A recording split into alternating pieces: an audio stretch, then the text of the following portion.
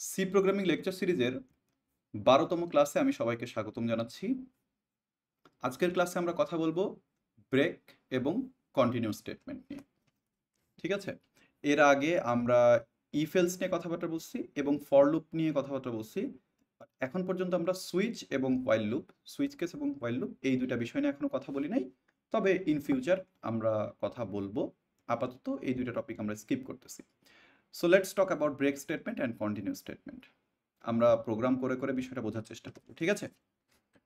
তো আমি অনলাইনে ছোটোখাটো কোডগুলো অনলাইনে লিখে আমি বেশি কমফোর্টেবল।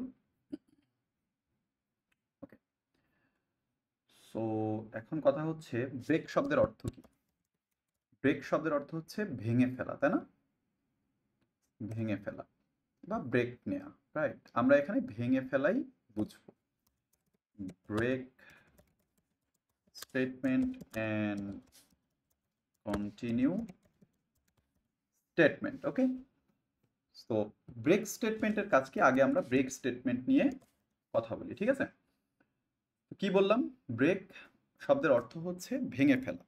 ব্রেক স্টেটমেন্টটা করবে কি? কোনো একটা স্পেসিফিক কন্ডিশনে যদি আমাদেরকে কখনো কোনো একটা লুপকে ভেঙে ফেলার প্রয়োজন হয়, তখন আমরা ব্রেক স্টেটমেন্টটা ইউজ করব। এটা সি এর একটা কিওয়ার্ড। ঠিক আছে? ফর এক্সাম্পল, আমরা একটা ফর লুপ লিখতে পারি। ঠিক আছে? তো ফর লুপ লেখার জন্য আমরা হচ্ছে আই নামে একটা ভেরিয়েবল ডিক্লেয়ার করলাম। এবার লিখলাম ফর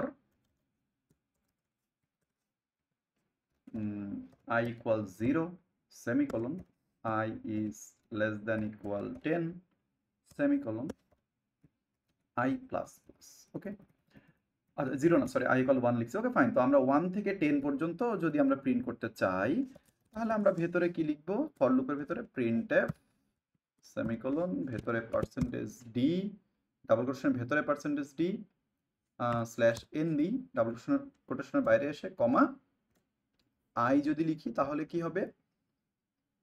1 থেকে 10 পর্যন্ত প্রিন্ট হবে। ফাইন। বাট আমরা এখন ব্রেক স্টেটমেন্টটা দিয়ে একটু ট্রাই করতে যাচ্ছি যে কোনো একটা স্পেসিফিক কন্ডিশনে এই লুপটাকে ভেঙে ফেলা যায় কি না।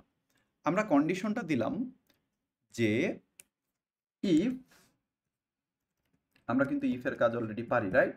সো ফর লুপের ভেতরে আমার একটা ইফ স্টেটমেন্ট দিচ্ছি আমরা। ইফ আই ইকুয়াল 5, অর্থাৎ আই এর ভ্যালু যদি 5 হয়, তাহলে আমি বলতে চাচ্ছি ব্রেক। অর্থাৎ লুপটা অ্যাকচুয়ালি আই থেকে 10 পর্যন্ত, 1 থেকে 10 পর্যন্ত কিন্তু চলার কথা। বাট আমি লুপের ভেতরে ঢুকেই বললাম যদি আয়ের ভ্যালুটা 5-এর সমান হয়ে যায়, তাহলে তুমি এটাকে ব্রেক করে ফেলো। ঠিক আছে? আর যদি সেটা না হয়, তাহলে আমি আয়ের ভ্যালুটা প্রিন্ট করতে চাচ্ছি। তো percentage D slash N comma I, right? তো কি হইল যে এইখানে লুপটা কিভাবে চলতেছে? আয়ের ইনিশিয়াল ভ্যালু হচ্ছে 1, 10 পর্যন্ত চলবে। প্রতি স্টেপে আই 1 করে করে বাড়বে, 1 2 3 4 5 এভাবে চলবে। তো আয়ের ভ্যালু শুরুতে যখন 1, সে এটা চেক করবে, না এটা স্যাটিসফাই করতেছে না। স্যাটিসফাই যেহেতু করতেছে না, তাহলে লুপ ব্রেক হবে না। ব্রেক না হয়ে এটা প্রিন্ট হবে, 1 প্রিন্ট হবে। 2 3 4 প্রত্যেকটার জন্য 2 3 4 এর জন্য এইটা কিন্তু ট্রু হচ্ছে না। ওকে, যখন এটা ট্রু হচ্ছে না, তাহলে 2 3 4ও প্রিন্ট হওয়ার কথা। আমরা কিন্তু এখনো প্রোগ্রামটা রান করি নাই। এরপর 2 3 4 এর পরে 4 এর পরে নেক্সট আয়ের ভ্যালুটা কত? 5, রাইট? এখন যখন আয়ের ভ্যালু 5, তখন কিন্তু এই স্টেটমেন্টটা ট্রু হয়ে যাচ্ছে। যখন এটা ট্রু হয়ে যাচ্ছে, ট্রু হইলেই তো ইফের ভেতরের যে স্টেটমেন্ট আছে বা যে লাইন আছে সেটা এক্সিকিউট হবে, রাইট? সো আয়ের ভ্যালু যখন 5, তখনই এই ইফের ভেতরে ঢুকেই আমাদের প্রোগ্রামটা দেখবে লুপটাকে ব্রেক করে দেওয়া হয়েছে। অর্থাৎ তখন কিন্তু আর লুপটা চলবে না, লুপটা ভেঙে যাবে। সো এটা 1 2 3 4 এই 4টা প্রিন্ট হওয়ার কথা, রাইট? এটাই প্রিন্ট হয়েছে। আই ইকুয়াল যখন 5 হয়ে গেছে, তখন এটা ভেতরে যেই ব্রেক হয়ে গেছে, 4 পর্যন্ত প্রিন্ট হয়েছে। ওকে, সো আমাদের যদি কখনো এরকম আব্রাপ্টলি কোনো একটা স্পেসিফিক কন্ডিশনে কোনো একটা লুপকে ব্রেক করার প্রয়োজন হয়, তখন আমরা এই স্টেটমেন্টটা ইউজ করতে পারি। অলরাইট, এখন কথা হচ্ছে কি ধরনের প্রোগ্রামে এটা ইউজ হতে পারে। যেমন আমরা এর আগে অলরেডি মৌলিক সংখ্যা বা প্রাইম নাম্বার বের করার জন্য কিন্তু একটা কোড করছিলাম, ঠিক আছে? ওইখানে আমরা ব্রেক স্টেটমেন্টটা ইউজ করতে পারি, ঠিক আছে? আচ্ছা, তার আগে আমরা এখানে আরেকটু, আচ্ছা যদি আমি বলি if I less than 5, okay, তাহলে কি প্রিন্ট হবে? Any idea? Pause this video and think. If I less than 5 তাহলে আসলে কি হওয়ার কথা? Let's see. নাথিং, কিছুই আসতেছে না। কারণটা কি? কারণ হচ্ছে আমি যখন লিখছি আই লেস দ্যান 5, তাহলে আই এর স্টার্টিং ভ্যালু হচ্ছে 1, তো 1 is less than 5, yes. I যখন 1 তখন কিন্তু এটা ট্রু হয়ে গেছে। ট্রু হইলেই ভেতরে যেই লুপটাকে ব্রেক করে দিছে, মানে প্রিন্ট করার জন্য এই লাইন পর্যন্ত কিন্তু আসতেই পারে নাই। আয়ের ভ্যালু 1 এর জন্য কিন্তু লুপটা ব্রেক হয়ে গেছে। বাট আমরা যদি এই প্রিন্টিংটা আগে করে ফেলি, মনে করি আমার কোডটা এরকম ছিল যে ফর লুপের ভেতরে ঢুকে আগে আমি আয়ের ভ্যালু প্রিন্ট করব, আগে আমি আয়ের ভ্যালু প্রিন্ট করব, তারপরে চেকিং করে এটা ব্রেক করব। সেক্ষেত্রে কি হবে? সেক্ষেত্রে আয়ের স্টার্টিং ভ্যালু হচ্ছে 1, এই লাইনে এসে আগে 1টা প্রিন্ট হবে, প্রিন্ট হওয়ার পরে চেক করবে 1টা লেস দ্যান 5 কিনা, yes 1 less than 5, then it will break the loop. That means break হওয়ার আগে কিন্তু 1টা প্রিন্ট হয়ে গেছে, ওকে? এই যে আমরা দেখতে পাচ্ছি এখানে 1 প্রিন্ট হয়েছে, যদিও লুপটা কিন্তু 1 থেকে 10 পর্যন্ত রান করার কথা ছিল, বাট এই কন্ডিশনে এটা ব্রেক হয়ে গেছে। Okay fine. সো এখন যদি এইখানে ইকুয়াল 5টা দিই তাহলে কি হবে? Pause this video and think. আমরা কিন্তু এখানে আগে প্রিন্ট করছি, এর আগে আমাদের আউটপুট আসছিল কি 1 2 3 4, যখন প্রিন্ট এফটা ইফ কন্ডিশনের নিচে ছিল। বাট আমি বলতে চাচ্ছি যদি এই প্রিন্টের লাইনটা যদি ইফ কন্ডিশনের আগে থাকে তাহলে আউটপুটটা কি হবে? Please pause this video and think about it. Okay fine, I hope আপনারা সবাই এটা পারছেন। না পারলেও অসুবিধা নেই, লেটস এক্সপ্লেইন। আয়ের ভ্যালু ইনিশিয়ালি 1, এখানে 1 প্রিন্ট হবে, এটা ট্রু হচ্ছে না, ব্রেক হয়নি, লুপ চলবে। 2 এর জন্য 2 প্রিন্ট হবে, ট্রু হয়নি। 3 এর জন্য 3 প্রিন্ট হবে, ট্রু হয়নি। 4 এর জন্য 4 প্রিন্ট হবে, স্টিল এটা ট্রু হয় নাই। 5 এর জন্য 5 প্রিন্ট হবে, এরপরে এটা ট্রু হয়ে গেছে। তাহলে 1 থেকে 5 পর্যন্ত প্রিন্ট হবে, ওকে? 1 থেকে 5, কারণ আয়ের ভ্যালু যখন 5 তখন আমি আগে বলছি তুমি 5কে প্রিন্ট করো বা আয়ের ভ্যালুটাকে প্রিন্ট করো। সো আগে 5 প্রিন্ট হয়েছে, তারপরে চেকিং। বাট এই প্রিন্টের লাইনটা যদি আমি ইফ কন্ডিশনের নিচে লিখতেছিলাম, যখন নিচে লিখতেছিলাম তখন কিন্তু 5টা প্রিন্ট হচ্ছিল না, কারণ আই ইকুয়াল 5 এর জন্য আগে চেকিং হয়েই ব্রেক হয়ে যাচ্ছে, ওকে? যখন ব্রেক হচ্ছে তখন তো এই লাইনটাতে আর আসতে পারতেছে না। অলরাইট, বিষয়টা বুঝতে হবে, হ্যাঁ? তো এখন আমরা ব্রেক স্টেটমেন্ট ইউজ করে একটা সংখ্যা প্রাইম নাকি প্রাইম না,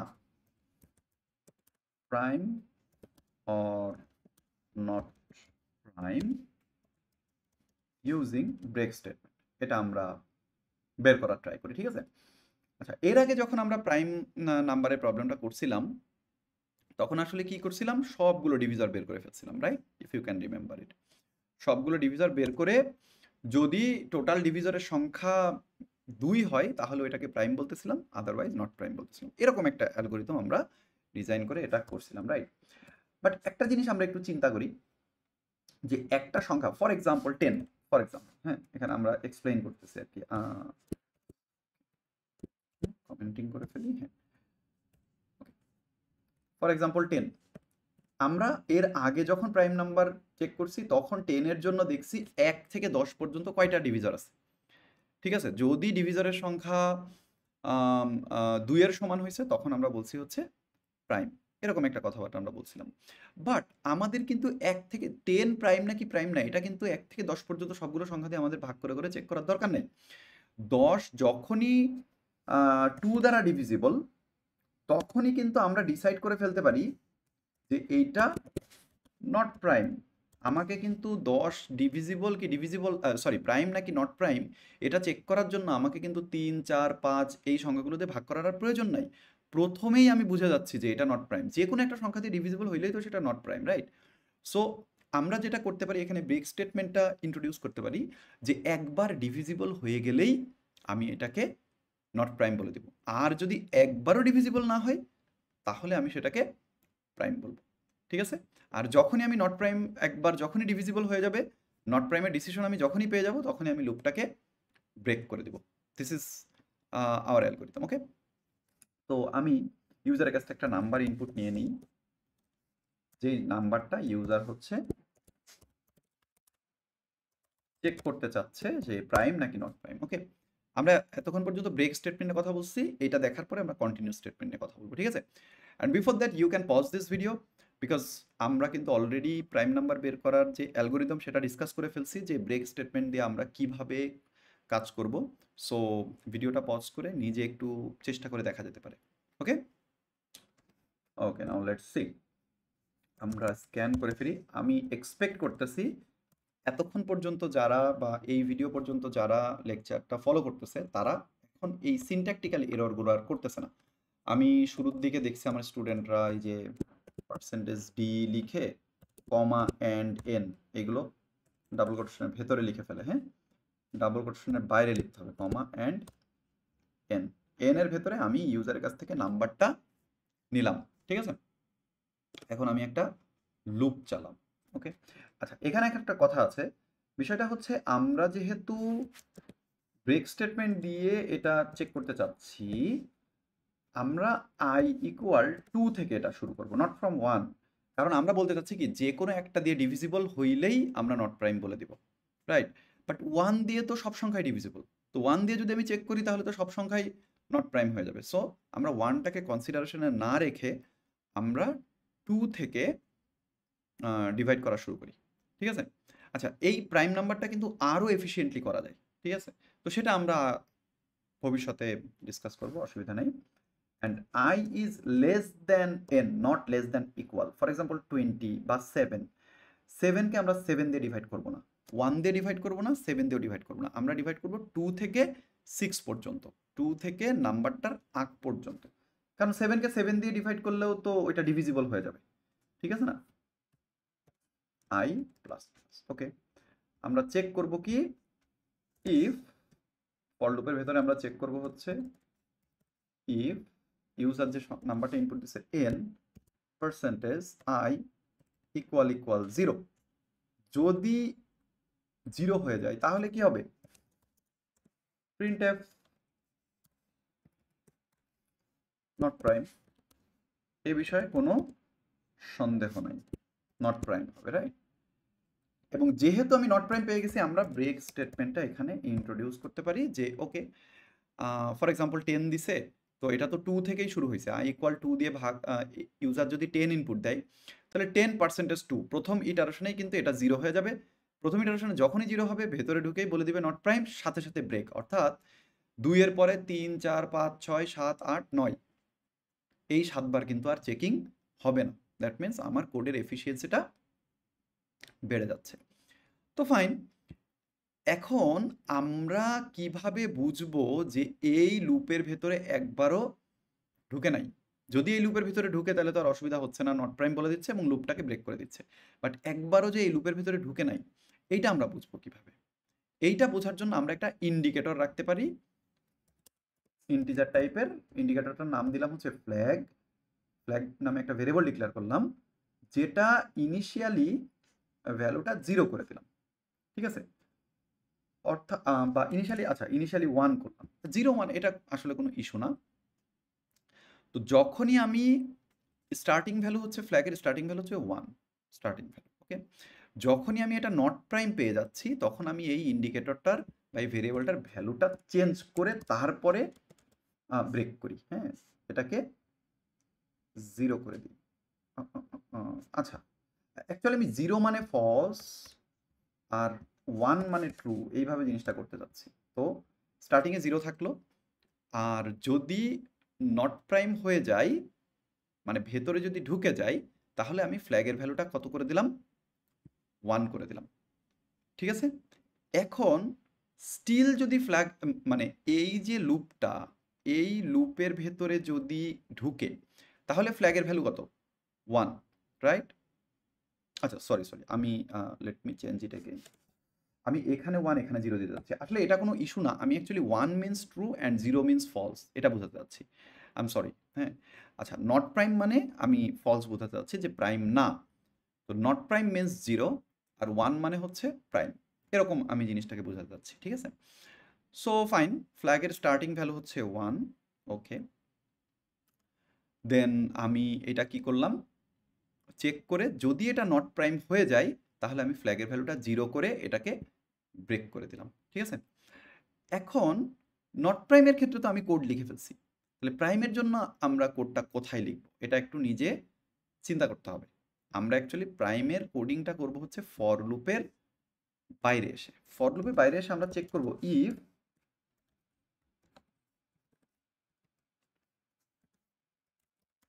ফ্ল্যাগ ইকুয়াল ইকুয়াল 1, অর্থাৎ এই লুপটা পুরাপুরি চলার পরেও যদি ফ্ল্যাগের ভ্যালু চেঞ্জ না হয়, চেঞ্জ হয়ে 0 হয়ে যেতে পারে, 0 হইলে সেটা নট প্রাইম, বাট ফ্ল্যাগের ভ্যালু যদি চেঞ্জ না হয়, অর্থাৎ 1 ছিল 1ই আছে এরকম যদি হয়, তার মানে তো সেটা প্রাইম নাম্বার, অর্থাৎ এই কন্ডিশনটা, ইন দ্যাট কেস এই কন্ডিশনটা কখনোই ট্রু হয়নি, রাইট? তো আমরা লিখব sorry print F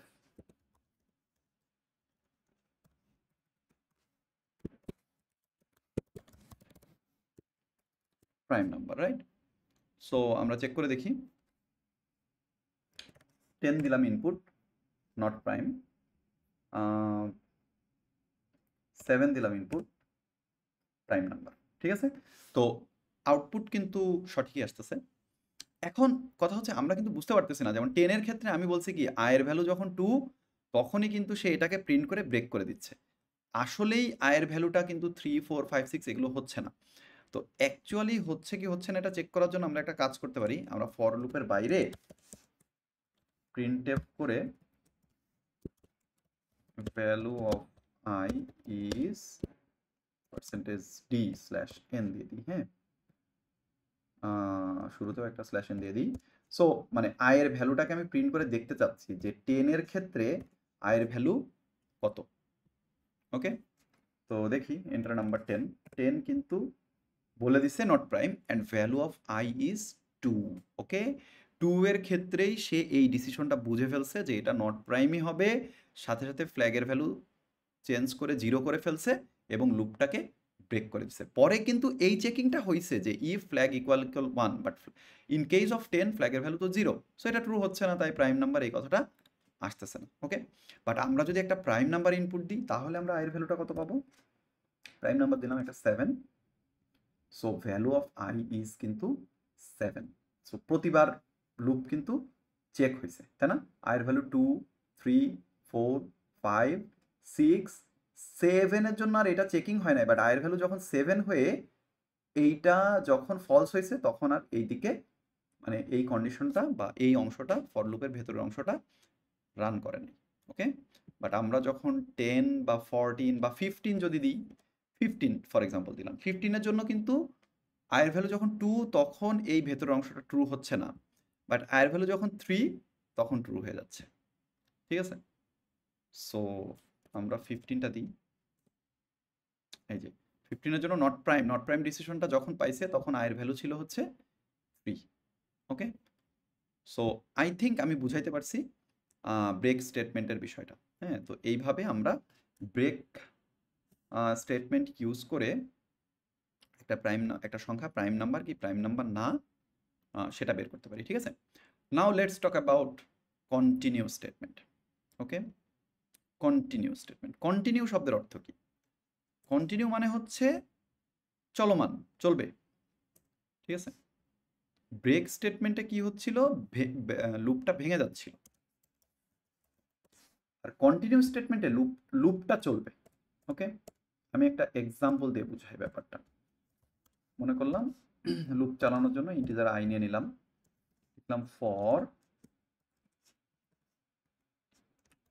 i equal 1, I is less than equal 10, I plus plus, okay.